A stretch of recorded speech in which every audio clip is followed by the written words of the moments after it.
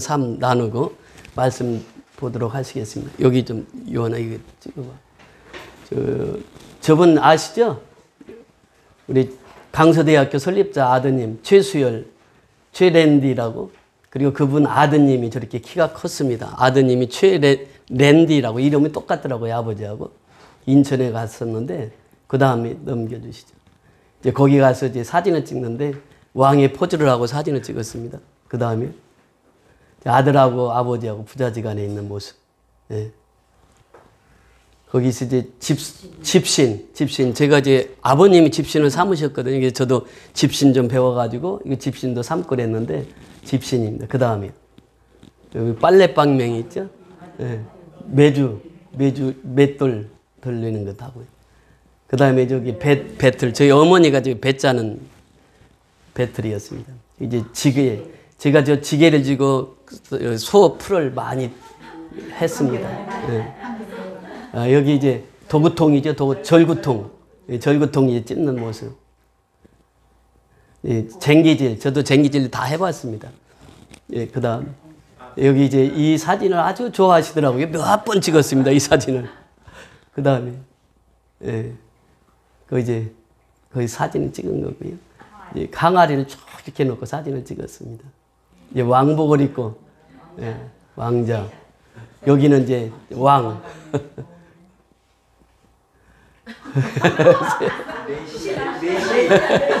넷이. 그 다음.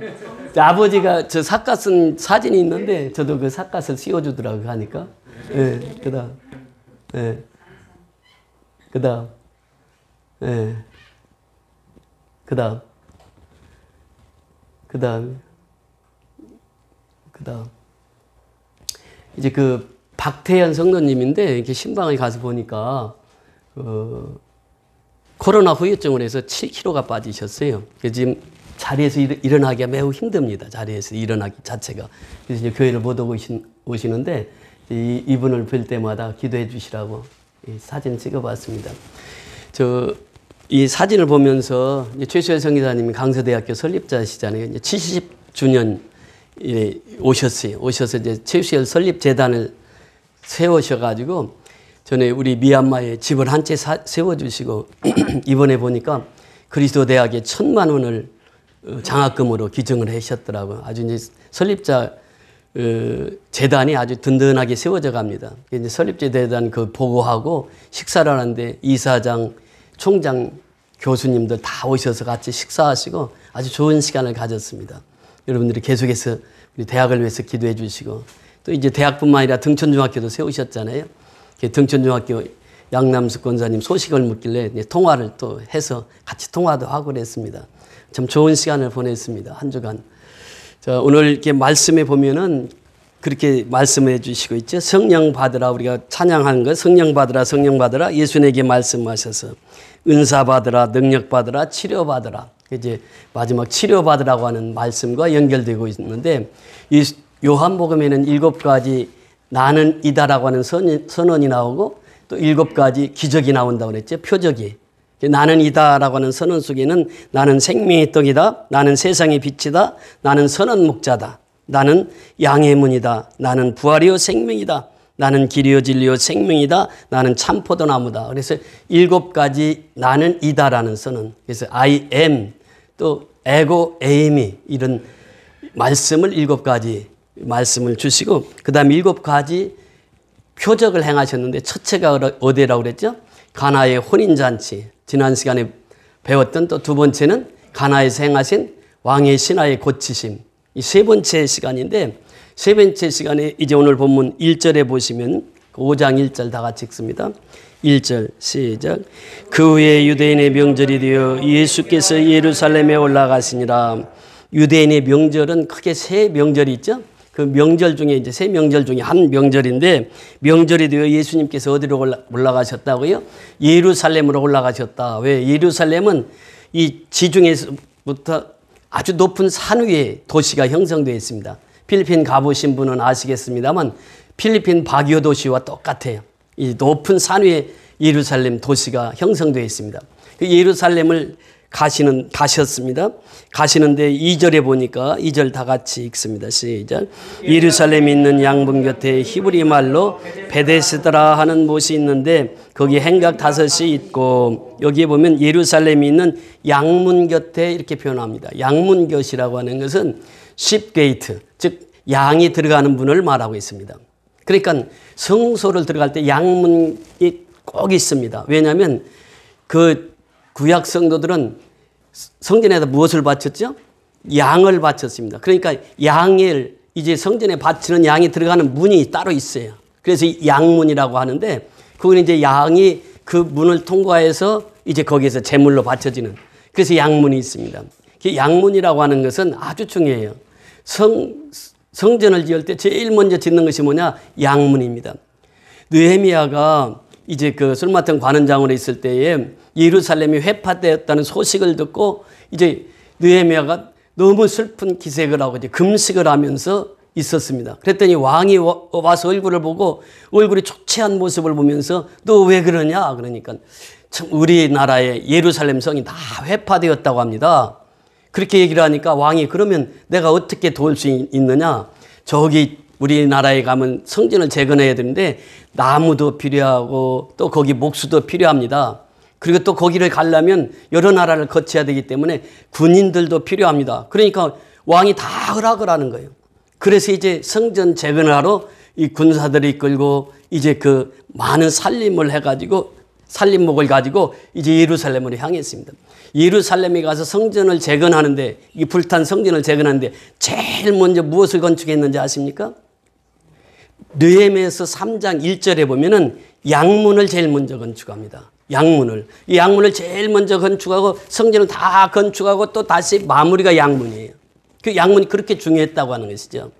그 양문을 먼저 건축을 하고 그 다음에 성전을 지어서 재건을 해서 그렇게 지냈습니다. 그래서 예루살렘에 갈 때 제일 먼저 들린 곳이 예수님이 들린 곳이 어디냐? 양문 곁에. 그래, 양문 곁에. 양문 곁에 뭐가 있었다고요? 히브리 말로 베데스다라고 하는 말이에요. 이제 영어 성경에 보니까 아람어로 되어 있는데 아람어로 되어 있던 히브리어로 되어 있던 이 같은 베데스다라고 하는 것은 뭐냐? 벳 하면 무엇이죠? 집이라고 하는 것이 벳. 벳엘 하면 뭐죠? 하나님의 집. 이 집이라는 게 벳. 그 다음에 데스다 이 말은 그 헬라어로 그 뭐야 금방 생각이 안 나네. 그 헬라어로 아주 많이 쓰는 은혜, 또 이 자비, 긍휼, 헤세드라고 하는 단어로 그래서 이 두 단어가 합성어돼서 베데스타. 그러니까 이 헤세드라고 하는 말은 사랑, 긍휼, 자비, 인애, 좋은 말, 성경에서 좋은 말은 다 갖다 붙일 수 있어요. 그것이 헤세드라고 하는 말이에요. 그러니까 우리 성경에 보면 자비의 집, 또 은혜의 집, 사랑의 집 이렇게 번역할 수 있습니다. 그 베데스다, 사랑의 집, 자비의 집, 긍휼의 집이 있는데 이곳에 긍휼이 있었느냐? 이곳에 은혜가 있었느냐? 이곳에 자비가 있었느냐? 그렇지 않았어요. 이름은 참 좋아요. 베데스다. 이름은 참 좋은데 그렇지 못했어요. 베데스라 하는 못이 있었는데 거기 무엇이 있었다고요? 행각 5이 있었습니다. 행각 5이 있었는데 이 5이라고 하는 숫자가 이게 풍성한 그런 의미를 가지고 있어요. 그래서 우리가 창세기, 출애굽기, 레위기, 민수기, 신명기를 뭐라고 말하죠? 모세 오경이라고 하는 오자가 들어갑니다. 이 오경이라고 하는 것은 율법이 제일 풍성한 것이 어디다? 모세오경이다. 우리가 장로님 사업장에도 그 이름을 넣었습니다만 오병이어라고 하는 말 있죠? 오병 뭐예요? 물고기 2마리와 떡 5덩어리. 그 5 했을 때 이게 풍성하다 그런 뜻이에요. 그래서 오병이어 기적이 풍성한 기적을 낳잖아요.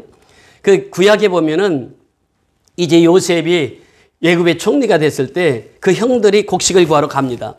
갔을 때 요셉은 제일 먼저 알아본 사람이 누구예요?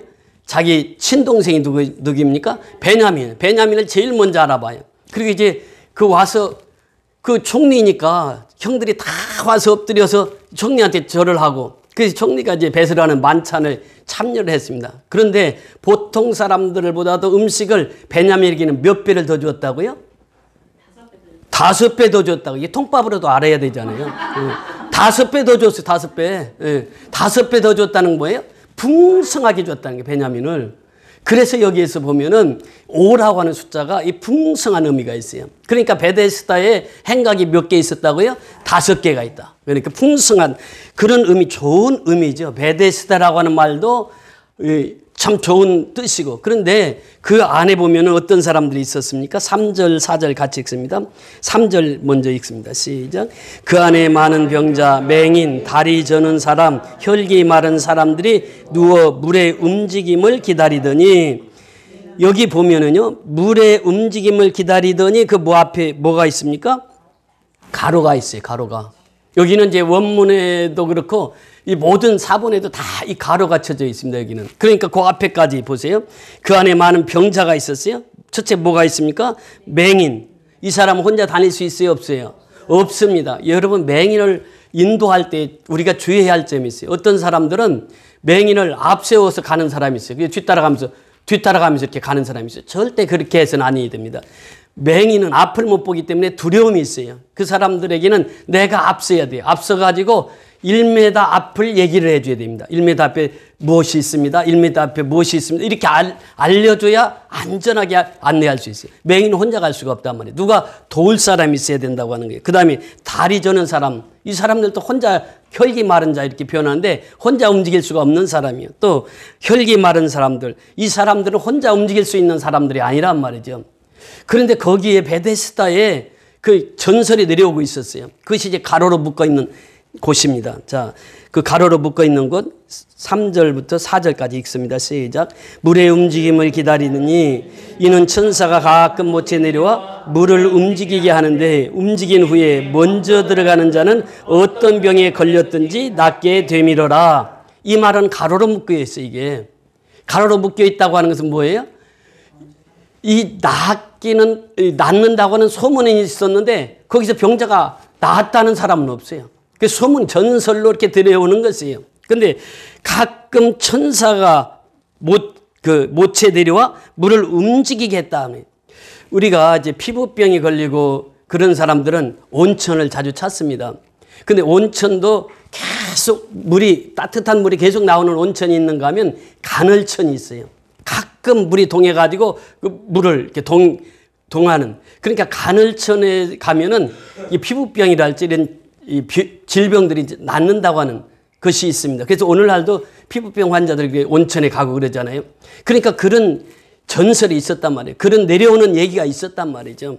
그래서 이 천사가 가끔 못에 내려와서 물을 움직이는데 그 위에 먼저 들어가는 자, 먼저라고 하는 단어가 참 중요합니다. 이 베데스다가 얼마나 크냐면 이게 길이로 100m예요. 또 세로로 60m입니다. 어마어마한 큰 호수예요. 우리가 전에 한번 갔었잖아요. 산 중턱에 있는 호수. 우리가 갔다 온 그 호수처럼 그런 산 중턱에 있는 호수예요. 지금 예루살렘은 높은 지대라고 그랬잖아요. 거기에 있는 호수란 말이에요. 그러니까 양들을 이제 제사를 드리려고 드리러 갈 때 양들을 몰고 와서 양들을 이제 몇 킬로 데리고 오잖아요. 그러면 이제 양들의 발에 먼지가 묻고 그러잖아요. 그럼 베데스다에서 이제 그거 닦고 그런 연못이었단 말이에요. 그런데 거기에 그 소문이 나가지고 병자란 병자가 그 주위를 다 에워싼 거죠. 그리고 이제 먼저라고 하는 단어가 중요합니다. 먼저 들어가는 사람 한 사람만 낳는다는 거예요. 먼저. 그러니까 베데스다라고 하는 것은 오늘날 우리가 사는 세상과 똑같습니다. 보세요. 오늘날 1등만 중요시 여기잖아요. 그래서 1등이 참 중요하다. 먼저가 중요하다는 거예요. 올림픽에도 보면은 금메달, 은메달, 동메달이 있는데 뭐가 가장 중요해요? 금메달 하나만 더 따면 이기는 거예요. 그러니까 금메달이 가장 중요해요. 그래서 사람들은 은메달, 동메달은 별 생각을 안 해요. 금메달 딴 사람만 생각을 하지. 그러니까 여기도 똑같단 말이에요. 먼저 들어가는 사람이에요. 먼저 들어가는 사람은 어떤 병이든지 다 낫는다는 그런 전설이 있었다라고 하는 거예요. 자, 5절에 보세요. 시작. 거기 38해 된 병자가 있더라. 여기에 이제 병자들이 많았는데 그 중에 38년 된 병자가 있더라. 자, 예수님이 지금 발걸음 보세요. 지금 명절에 예루살렘에 갑니다. 명절이 되면은 예루살렘에 유대인들이 다 모이는 거예요. 평상시보다 5배가 많은 인구가. 그러니까 명절이 되면 다 거기 가는데 명절에 가면 먹을 것도 많고 명절에 가면 고향 산천도 보고 그 좋은 시간에 예수님은 어디를 갔어요? 베데스다를 향했습니다. 가장 힘들게 살아가는 그 세상에서 소외된 자들, 이 사람들이 지금 먼저 찾아갔다는 게 예수님이. 거기 보니까 38년 된 병자가 있어요. 이 38년이라고 하는 것은 우리 성경에 보면 참 귀중하게 사용되는 단어입니다. 여러분, 이 38년 된 병자가 있어요. 이스라엘 백성들이 가데스바냐까지 올 때는 그 한 2년 됐고, 가데스바냐에서부터 본격적인 광야 생활이 시작되는데 그 시간이 얼마였느냐? 38년이었습니다. 그러니까 38년 동안 광야 생활을 했어요. 그래서 그들이 먹고 산 것이 뭐예요? 만나, 매일 주시는 그 만나만 먹고 살았어요. 그러니까 38년 동안 광야 생활하면서 그 고통 속에 생활했단 말이죠. 여기서 38년 병자라고 하는 것은 예수님 당시 평균 수명이 얼마였느냐? 40세였습니다. 그러니까 지금 40세라도 좀 40을 더 사는 사람도 있고 덜 사는 사람도 있는데 평균 나이가 40세예요. 그러면 태어나서 38년이 병자로 살았어요. 거의 죽을 때까지 병자로 살았단 말이죠. 그러니까 이 사람에게는 소망이 있어요, 없어요? 전혀 없습니다. 전혀 없어요. 그리고 이 사람에게는 아무런 소망이 없어요. 단지 물이 동할 때 먼저 내려가야 되는데 누가 도울 사람이 있어야지. 도와주는 사람 안 사람도 없어 지금.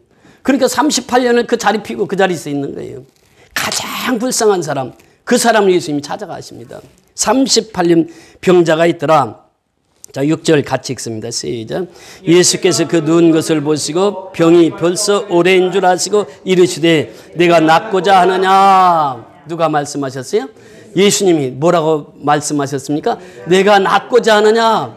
여러분 세브란스 병원에 중환자실에 있는데 예수님이 가셔서 야 여기 병 낫고자 하느냐 그러면 그 대답할 때 어떻게 대답하겠어요? 아멘 하고 다 대답해야죠. 그렇잖아요. 아니 병 낫기 싫어하는 사람이 어디가 있어요? 다 낫고자 하는데 그래서 예수님이 다시 물어보는 거예요. 내가 낫고자 하느냐 이렇게 물어봐요.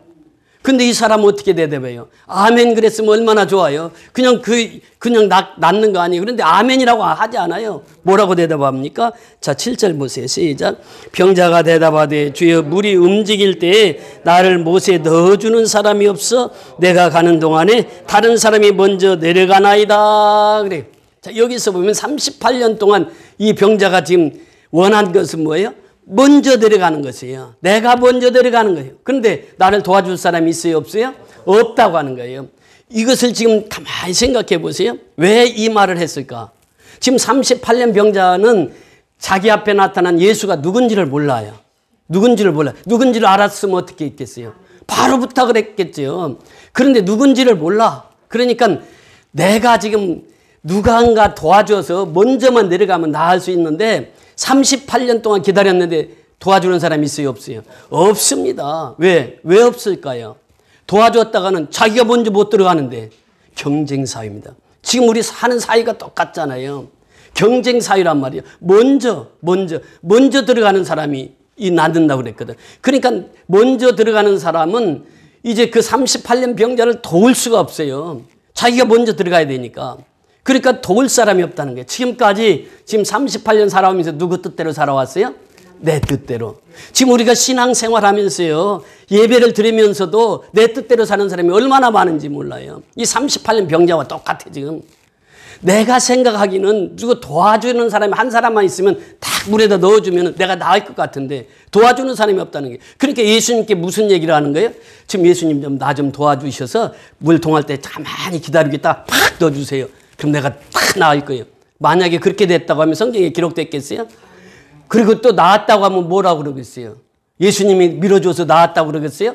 아, 내가 먼저 들어가서 나았지. 먼저 들어가서 내가 나았지. 예수님 도움 없어도 내가 먼저 들어가서 나왔지. 이렇게 얘기한단 말이에요. 그러니까 예수님이 거기 그렇게 대답하는 그 사람에게 어떻게 예수님이 대답하십니까? 예수님 말씀하세요.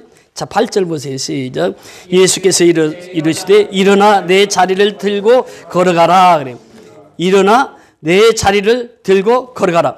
Get up, pick up your mat and walk. 그래요. 그러니까 일어나란 말이에요. 일어나라 먼저. 그 다음에 get up, 일어나라. 그 다음에 pick up your mat. 그래. 그러니까 내 자리, 내가 38년 깔고 앉았던 그 자리를 내가 들라 그래. 들라. 그 다음에 어떻게 하라고요? 걸어가라. 이 세 가지 명령입니다. 첫째는 일어나라고 하는 명령이요. 둘째는 뭐예요? 자리를 들라고 하는 명령이요. 셋째는 걸어가라라고 하는 이 세 가지 동사가 얼마나 중요한지 몰라요. 너는 자리에서 일어나라는 거예요. 예수님 말씀 한마디로 자리에서 일어나라. 그 다음에 내가 누웠던 그 자리를 들고 그 다음에 어떻게 하라고요? 걸어가라. 그래는 걸어가라. 자, 이 예수님이 이 명령이에요. 예수님이 무슨 명령을 하시든지 예수님은 그대로 행하실 수 있는 분이잖아요. 그러니까 오늘날도 역시 마찬가지입니다. 예수님은 그렇게 명령을 하세요. 일어나라. 내 자리를 들라. 그리고 걸어가라. 이것이 이제 38년 병자에게 주신 명령입니다. 그런데 그 명령을 받고 어떻게 합니까? 9절 시작. 그 사람이 곧 나아서 자리를 들고 걸어가니라. 곧 나아서 at once라고 하는 표현을 써요. 곧. 근데 immediately. 즉시로 그 말이에요. 즉시로. 예수님이 명령이 떨어지자마자 어떻게 해요? 이 사람이 일어난 거예요. 일어나서 자기 자리를 들은 거예요. 들고 어떻게 했다고요? 걸어갔단 말이에요. 걸어갔다. 그러니까 이게 즉시로 이루어진 거예요. 즉시로. at once. immediately. 즉시로 이 사건이 일어납니다. 예수님 명하시니까 즉시로 일어난 거예요. 38년 병자가. 자, 이 사건을 통해서 예수님이 지금 세 번째 표적을 행하시는데 예수님의 이름은 능력이 있습니다. 왜 그렇습니까? 예수님은 말씀 한마디로 병자도 치유할 수 있고 말씀 한마디로 죽은 자도 살리시는 분이 예수님이에요. 그러니까 예수님의 그 능력을 우리가 믿어야 돼요. 우리가 믿는 분은 누구예요? 예수님이란 말이죠. 그 예수님은 무엇이든지 할 수 있는 분이에요. 그런데 우리가 믿으면서도 행하지를 못하는 거예요. 믿음이 없으니까. 그래서 이것이 문제지. 믿음을 가지고 그대로 행하면 그대로 이루어지는 것이. 이것이 바로 오늘 본문의 핵심입니다. 여러분 사도행전 3장에 보세요. 나면서부터 안전뱅이가 등장하잖아요. 거기에 이제 그 미문이라고 하는 이 성전에 들어가는 데는 여러 가지 문이 있어요. 우리가 서울 들어올 때 뭐 동대문, 서대문 이렇게 문이 있었잖아요. 그런 문이 다 있단 말이에요. 미문이라고 하는 것은 beautiful gate. 아름다운 문이라는 거예요. 근데 나면서부터 안전뱅이야, 이 사람은. 그러니까 누가 그 미문까지 데려다 줘야 돼요. 데려다 줘야 구걸을 할 수가 있어요. 구걸을 하고 그 구걸로 먹고 살아. 우리가 이제 미얀마 양건교회 아브라함이라고 하는 그 형제가 있었는데 그 아들을 12명이 낳았거든요. 그때 마지막 딸이 그렇게 피부병에다가 막 거의 죽어가고 숨만 까딱까딱 쉬고 있을 때 그 아이를 데리고 동양을 갑니다. 어머니가. 아버지는 도둑질하다가 경찰에 들어가 있었고 감옥에 들어가 있었고. 근데 그 어머니는 그 아이를 얻고 가야 불쌍히 보이니까 사람들이 동양을 해주는 거예요. 그러니까 그 아이를 매일 들쳐업고 양곤 시내 이렇게 올라가서 고가다리 위에 가서 자리를 피면은 돈이 들어와. 그러면 그 동양해가지고 먹고 살았던 가정이에요. 처음에 갔더니 아무것도 없어요. 비닐로 한 장 깔고 그 12명이 삽니다. 그래서 우리가 제일 먼저 가서 집을 져준 가정이 그 가정이에요. 그러니까 여기에도 보면은 안전뱅이가 있었단 말이죠. 나면서부터 안전뱅이. 누가 데려다 줘야 돼, 거기. 미문까지 데려다 줘야 돼. 그럼 데려다 주면 거기서 뭐예요? 그 성전에 들어가는 사람들, 교회 예수 믿는 사람들, 이 사람들은 그래도 세상 사람보다 마음이 착하잖아요. 동양을 잘 할 수 있단 말이에요. 그래서 그 자리를 뜨지 않고 그 자리에서 구걸을 하는 것입니다. 매일처럼 누군가가 업어다 줘야 되고 누군가가 업어와야 집에 들어올 수 있는 사람이에요. 이 사람이 자리만 피면 동양을 하는 거예요. 베드로와 요한이 그날도 지나갑니다.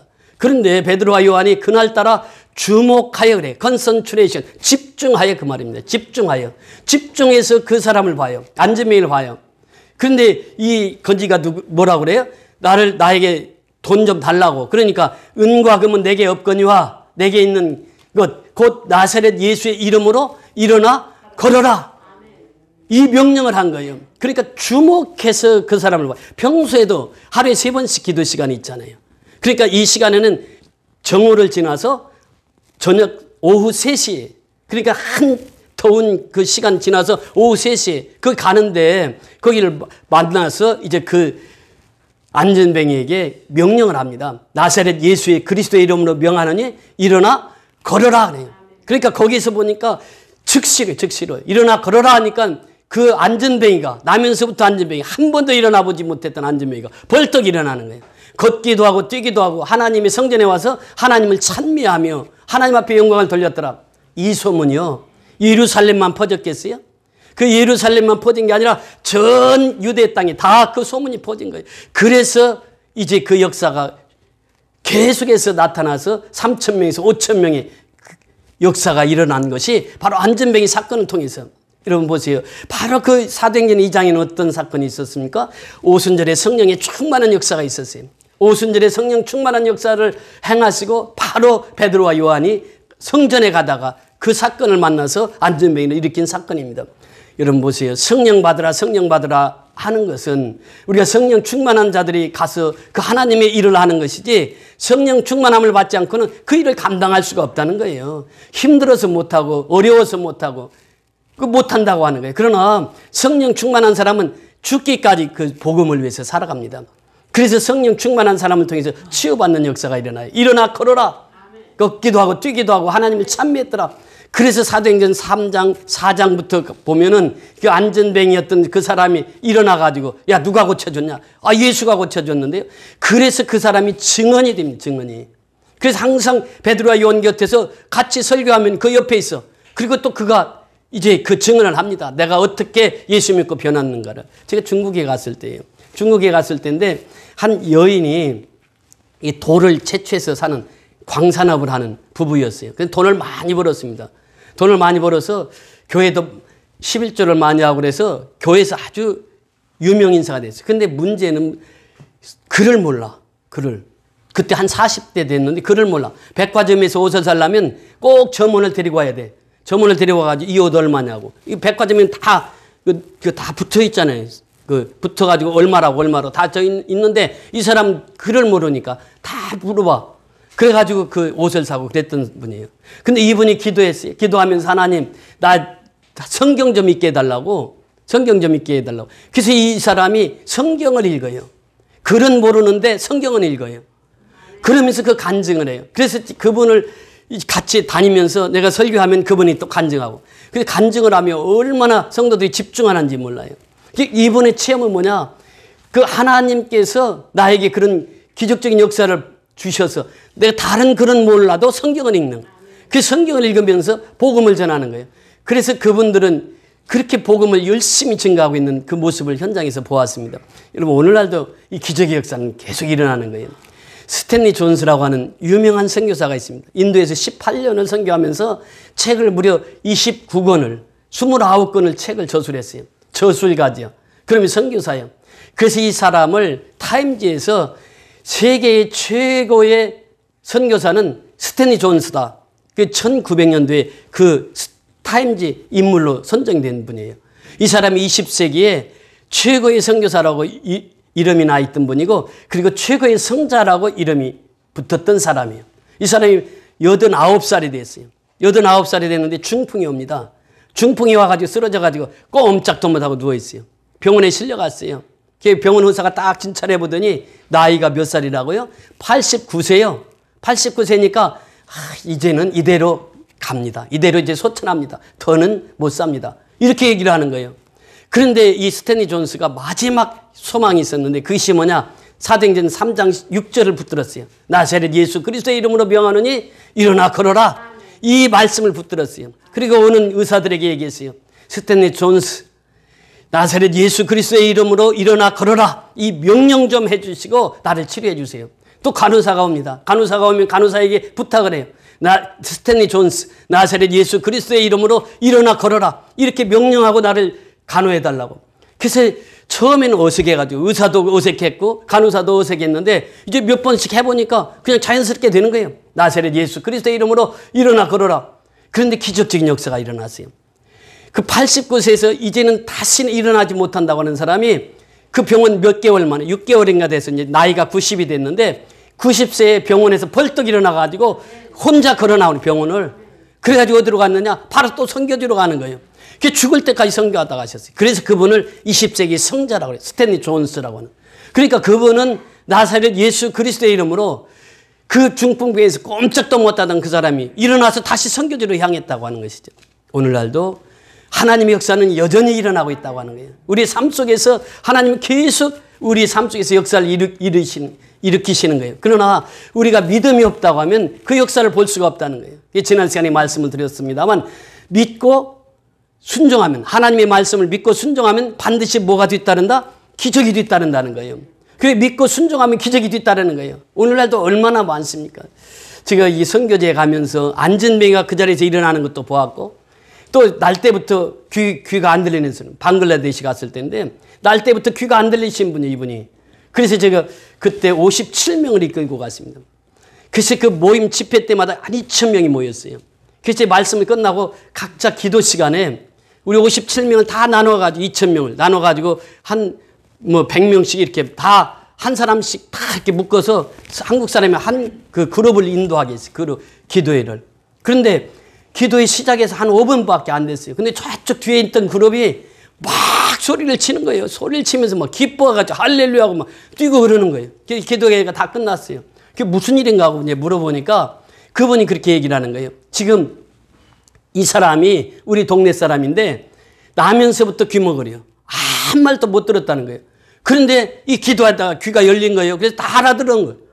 그래서 이제 그 사람을 불렀어요. 불러가지고 할렐루야 그러니까 할렐루야 아멘 그러니까 아멘 다 따라하는 거예요.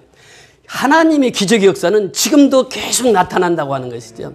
그러니까 이 중풍병자 지금 나면서부터 38년 된 이 병자만 예수님이 고치신 게 아니라 지금도 예수 그리스도의 이름의 능력을 믿는 자는 그렇게 역사가 이루어진다고 하는 것이죠.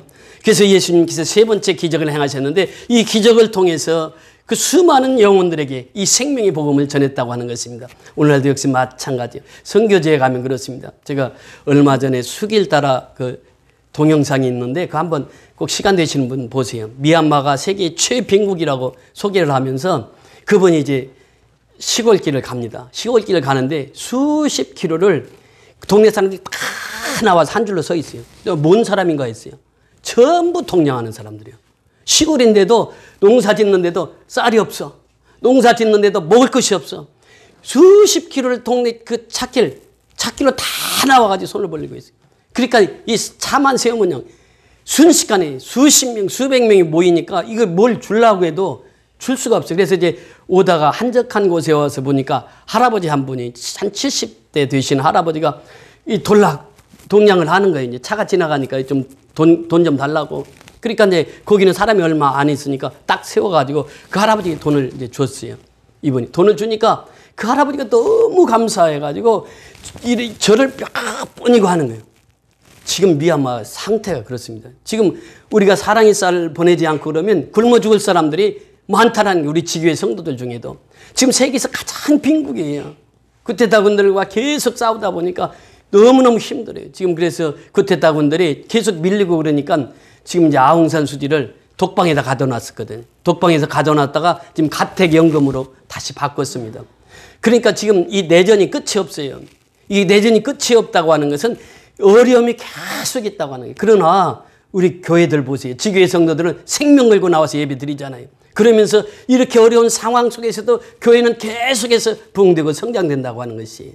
그래서 우리가 미얀마 지교회들을 위해서, 지교회 성도들을 위해서, 지교회를 위해서 기도할 때 이러한 기적적인 역사들이 나타나서 그 어려운 상황에서 계속해서 이제 지교회 성도들이 굳건하게 서서 그 믿음을 잃지 않고 신앙생활 잘 할 수 있도록 여러분 시간 날 때마다 기도해 주시기 바랍니다. 그리고 선교 동역자들을 위해서 날마다 기도해 주시기를 바랍니다. 오늘 이 38년 병자를 고치신 예수님, 오늘도 우리 삶의 현장 속에서 우리를 치유하시기를 원하시고 우리를 통해서 역사하시기를 원하시는 하나님이신 줄 믿습니다. 그 믿음 가지고 날마다 승리하는 저와 여러분이 다 될 수 있기를 주의 이름으로 축원을 드립니다. 할렐루야.